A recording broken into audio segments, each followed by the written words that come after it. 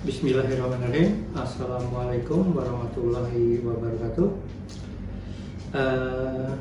Perkenalkan, nama saya R. Astosusiasmoro, SSTTW MPH, salah satu pengajar di Poltekkes Kemenkes Surakarta, jurusan terapi wicara, prodi D3 terapi wicara. Kemudian mata kuliah yang saya ampu salah satunya adalah gangguan suara dan resonansi,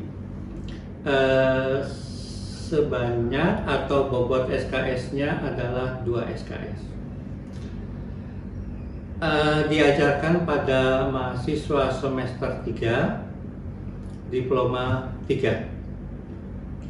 Kemudian pertemuan perkuliahan dilakukan sebanyak 16 kali, 14 kali di dalam kelas, kemudian yang 2 kali UTS dan UAS. Ya. Adapun capaian CPL, capaian lulusan yang diharapkan adalah CPL 2 dan CPL 3. Untuk CPMK-nya, ada sebanyak 14. Satu, menjelaskan definisi gangguan suara dan resonansi.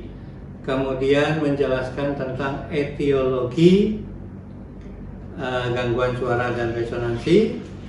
Kemudian identifikasi karakteristik gangguan suara dan resonansi dewasa.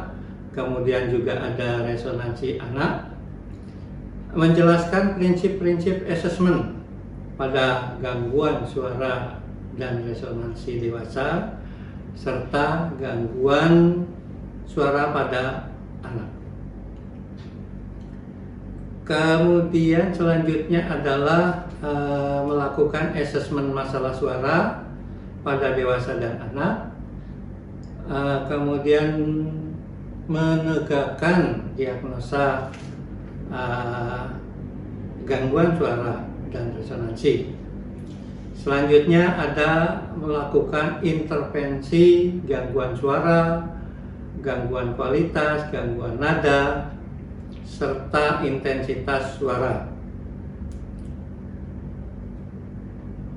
Kemudian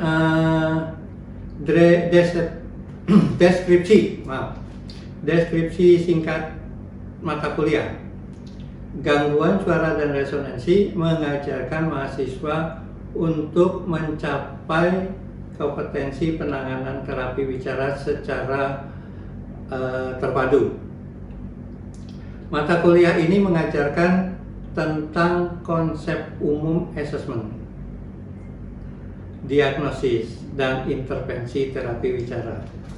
Gangguan suara dan resonansi secara spesifik terdapat pembahasan tentang intervensi kualitas, nada, dan intensitas suara serta resonansi.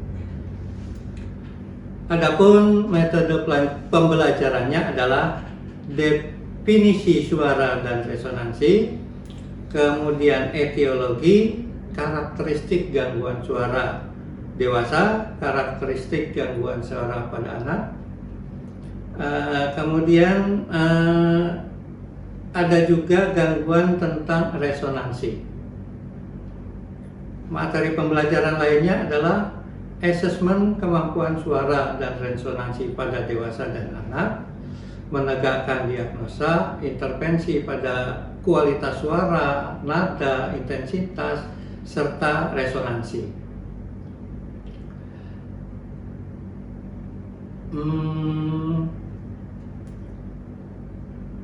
Untuk metode penilaian,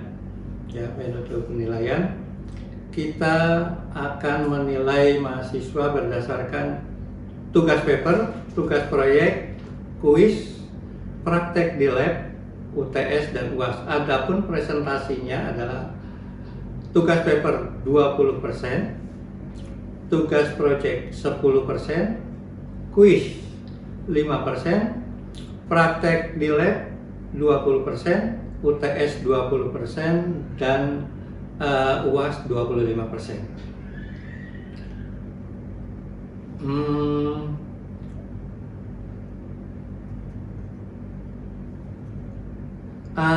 Adapun untuk sub CPNK-nya adalah mahasiswa mampu menjelaskan definisi gangguan suara dan resonansi, menjelaskan etiologi gangguan suara dan resonansi, kemudian mengidentifikasikan karakteristik gangguan suara resonansi pada dewasa, mengidentifikasikan karakteristik gangguan suara dan resonansi anak, kemudian menjelaskan prinsip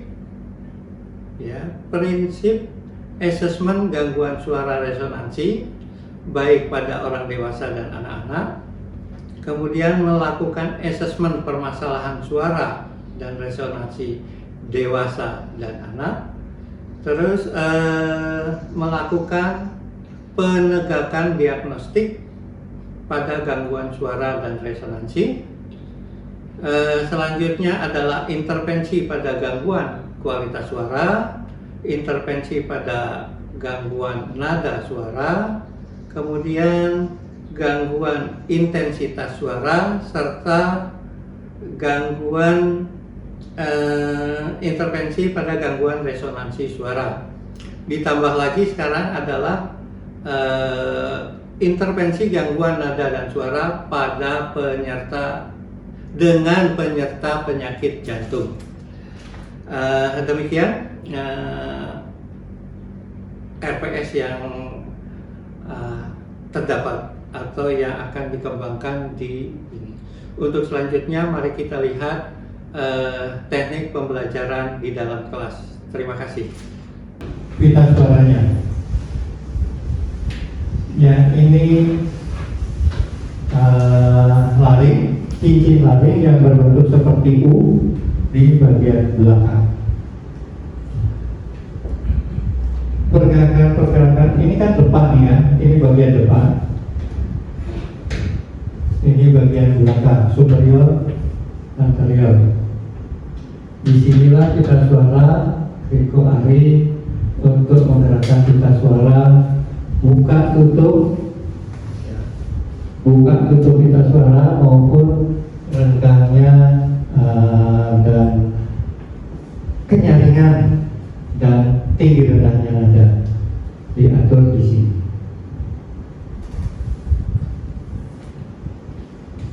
Oke, selanjutnya ini gambar paring. Paring ini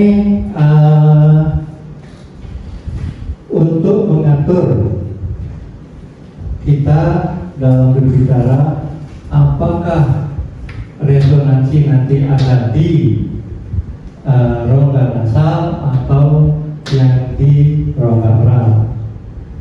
Getaran pita suara mulai dari getaran ya pita suara mulai dari pita suara diresonansikan di sini laring dari paring. Kalau huruf-huruf fonem-fonem yang tidak nasal berarti ini menutup ya, resonansinya ada di rongga oral. Tetapi kalau huruf-huruf atau fonem-fonem nasal seperti M, N, Eng, nah resonansinya nanti ada di rongga nasal. Di sini getaran gema atau resonansinya ada di sini. Tetapi tetap ada juga resonansi di sini. Jadi selain ada resonansi di rongga nasal, pada huruf M, N itu juga ada resonansi di rongga oral, walaupun prosentasenya lebih banyak.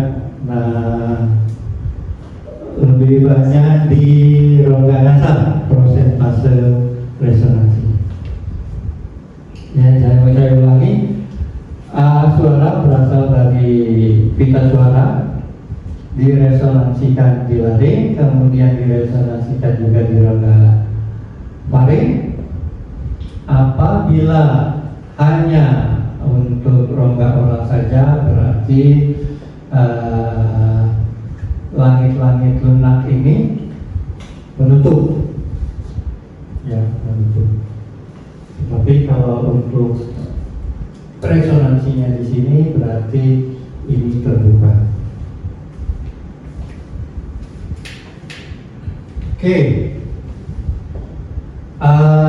Ini yang tadi saya sebutkan aponia, ya. Ini kasusnya. Kalau gambar ini semua alat-alat masih ada, misalnya, ya, udara keluar, ya, dari sini masih ke rongga hidung atau rongga mulut. Kemudian makanan pun juga dari rongga mulut masuk ke esofagus, masih komplit. Tetapi di sini laringnya sudah tidak ada, ya, laringnya sudah tidak ada. Jadi hanya makanan saja yang melalui, kalau bernapas udaranya masuk lubang yang disebut sebagai stoma. Nah, kenapa ini dilakukan operasi pengangkatan laring? Karena di sini sudah terjadi pertumbuhan jaringan berupa kanker. Untuk menyelamatkan hidup orang ini, maka kanker berikut laringnya harus diangkat, ya, harus diangkat di sini. Jadi nanti pernapasan itu kalau di sini melalui rongga nasal masuk ke paru-paru, tetapi kalau dari sini stoma langsung paru-paru. Nah, pertanyaan yang sering didatangkan mahasiswa adalah kalau bernapas dari sini, apakah penghidu dari wangi-wangian, kemudian dari aroma makanan, kalau sudah seperti ini, apakah mereka masih merasakan harumnya bunga, harumnya parfum, atau tidak?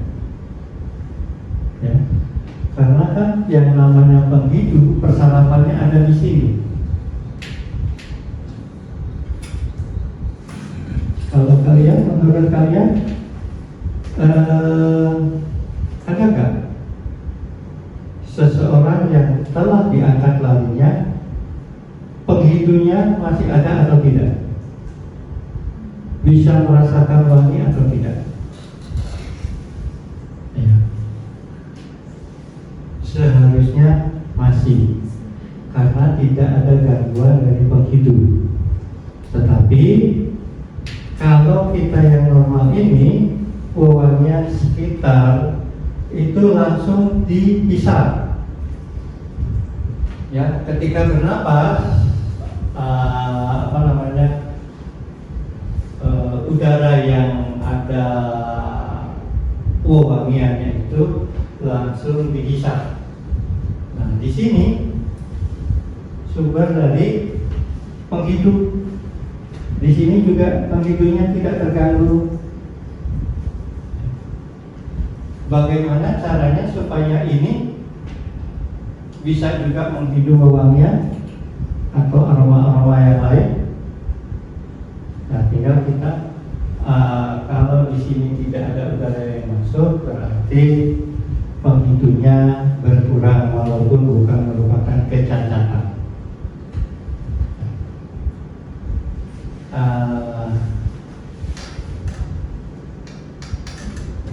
Di sini ketika udara tidak lagi menggetarkan pita suara, maka seorang terapis bicara harus melatih esofagusnya, bersendawanya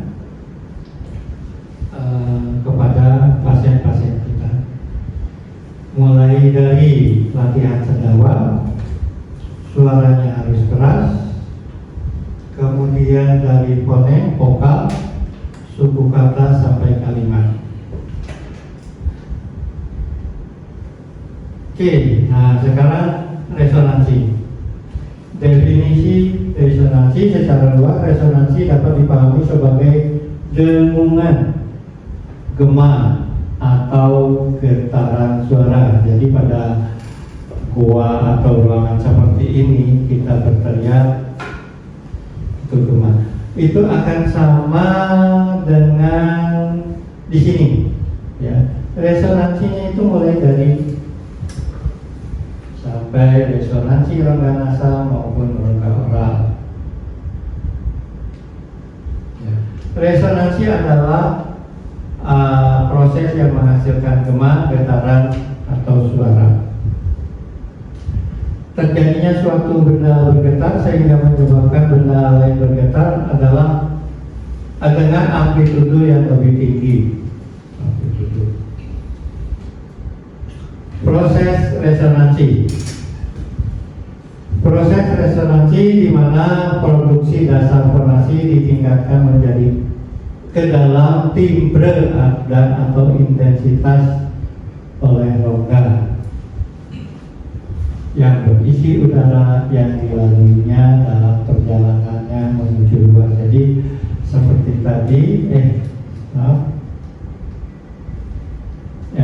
di sini ya, mulai di sini pergetaran, ada getaran pita suara, resonansi bunyi-bunyi nasal, resonansi bunyi-bunyi denasal.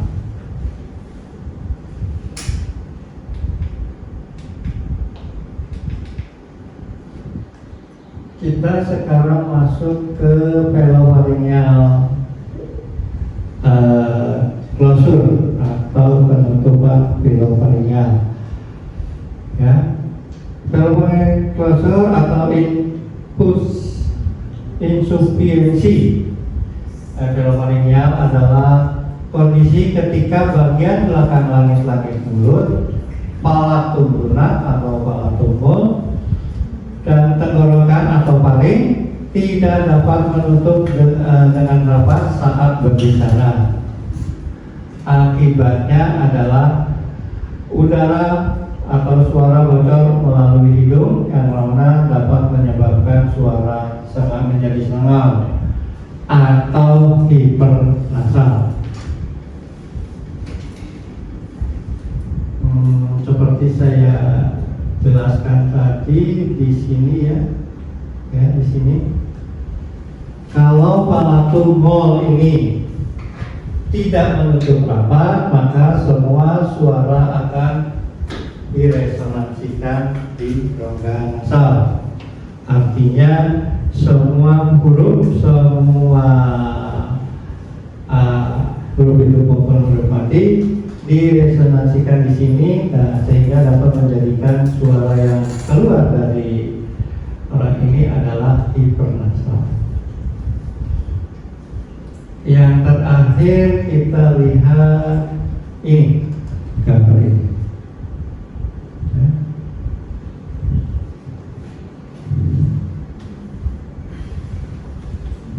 Ya. Nah, di sini akan terlihat bahwa yang di sana adalah yang mengalami gangguan, yang di sini yang normal. Yang normal, ya, palatum mol atau palatum lunak menempel pada dinding paring. Ya, tetapi yang tidak normal adalah penutupan ini tidak dapat. Penutupan ini tidak dapat, sehingga semua suara yang keluar tadi menjadi hipernasal. Nah, ini pergerakan yang normal dari palatum mol.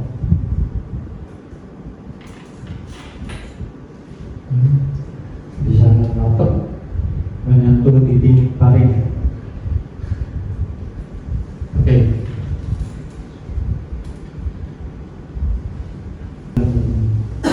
Suara atau pemeriksaan, ya, ada beberapa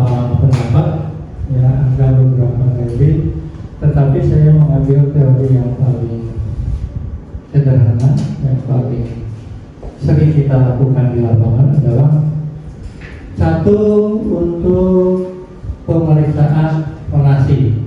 Fonasi ini aspek yang itu ada 3. Durasi fonasi, seperti fonasi A. Misalnya berapa detik si pasien kita.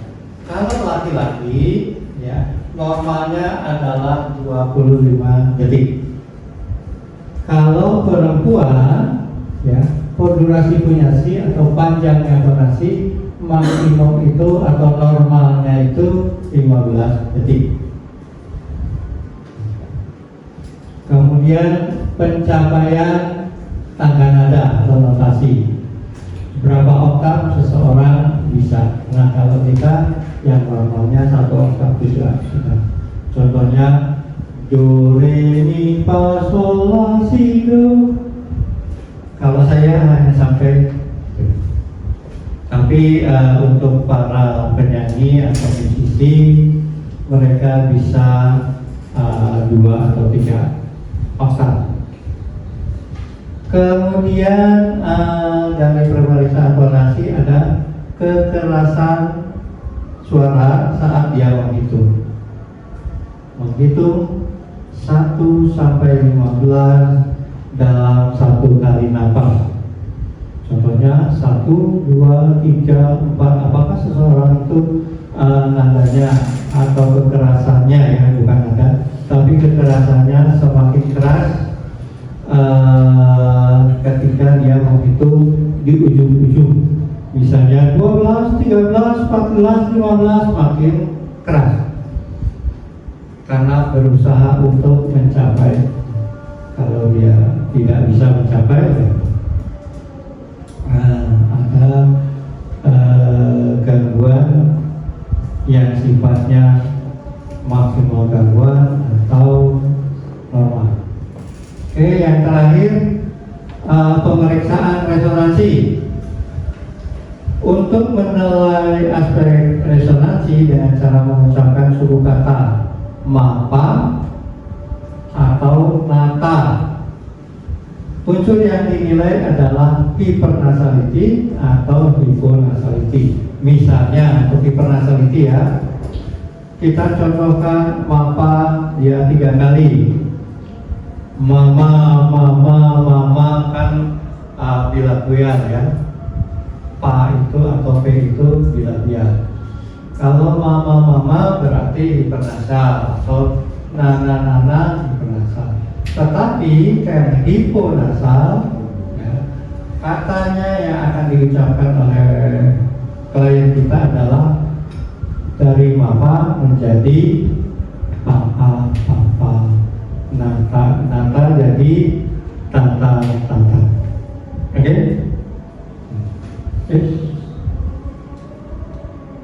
Kemudian ada pertanyaan, monggo. Ya. Apa perbedaan bentuk dari kita suara dari cowok sama cewek? Apa perbedaan?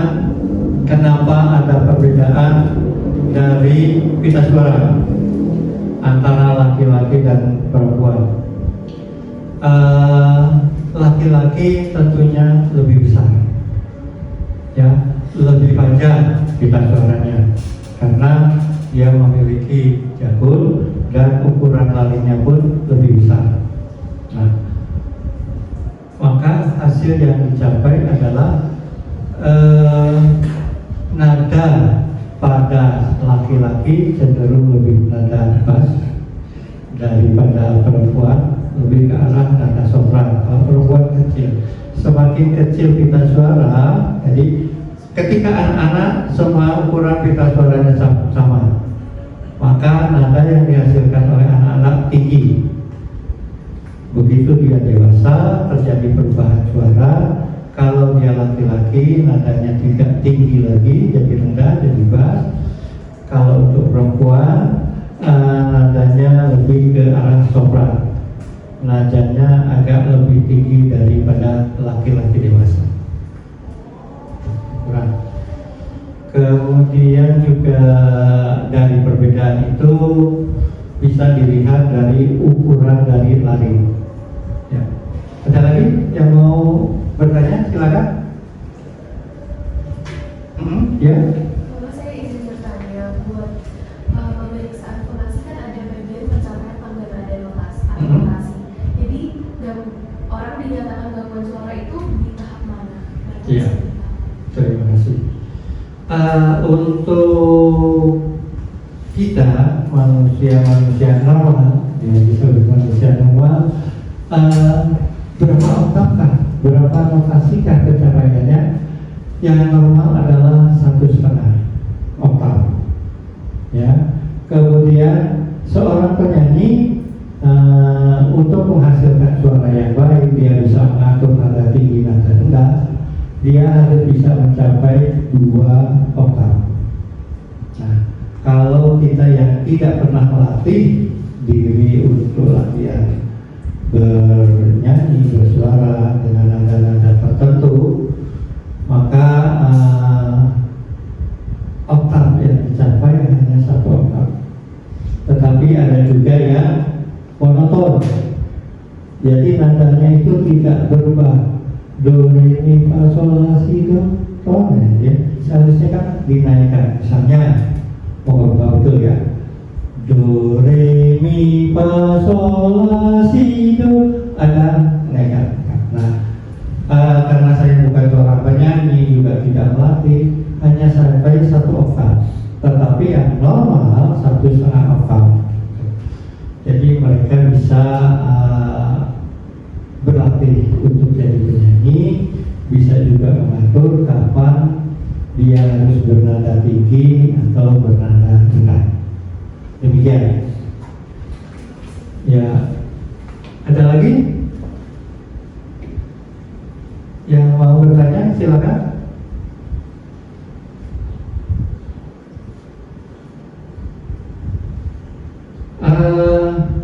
Ada kasus-kasus disfonia ya. Ada yang dikatakan sebagai vocal misuse maupun vocal abuse. Nah, itu ada benjolan di pita suaranya. Akibat penyebabnya adalah satu vocal abuse, ya. Itu dia sering berteriak-teriak sehingga glottal attack-nya itu sangat tinggi sehingga menyebabkan pita suara luka. Tapi penggunaannya adalah dia untuk sebagai cheerleader, pemandu suara bisa. Hasilnya adalah harshness. Dia serang pada nada-nada tinggi. Kemudian ada juga vocal misuse. Tetap ada benjolan di pita suara, tetapi penyebabnya bukan akibat dari dia sering berteriak, tetapi dia sering berbicara normal ya, tetapi melebihi batas, ngoceh aja, berbicara aja. Nah, saking seringnya berbicara, akhirnya ada vokal nodul atau benjolan di pita suara. Jadi kita juga harus bisa membedakan mana itu vokal abuse, mana itu vokal misuse. Kita berusaha untuk mengembangkan ilmu kita di masyarakat kepada mahasiswa. Demikian, wassalamualaikum warahmatullahi wabarakatuh.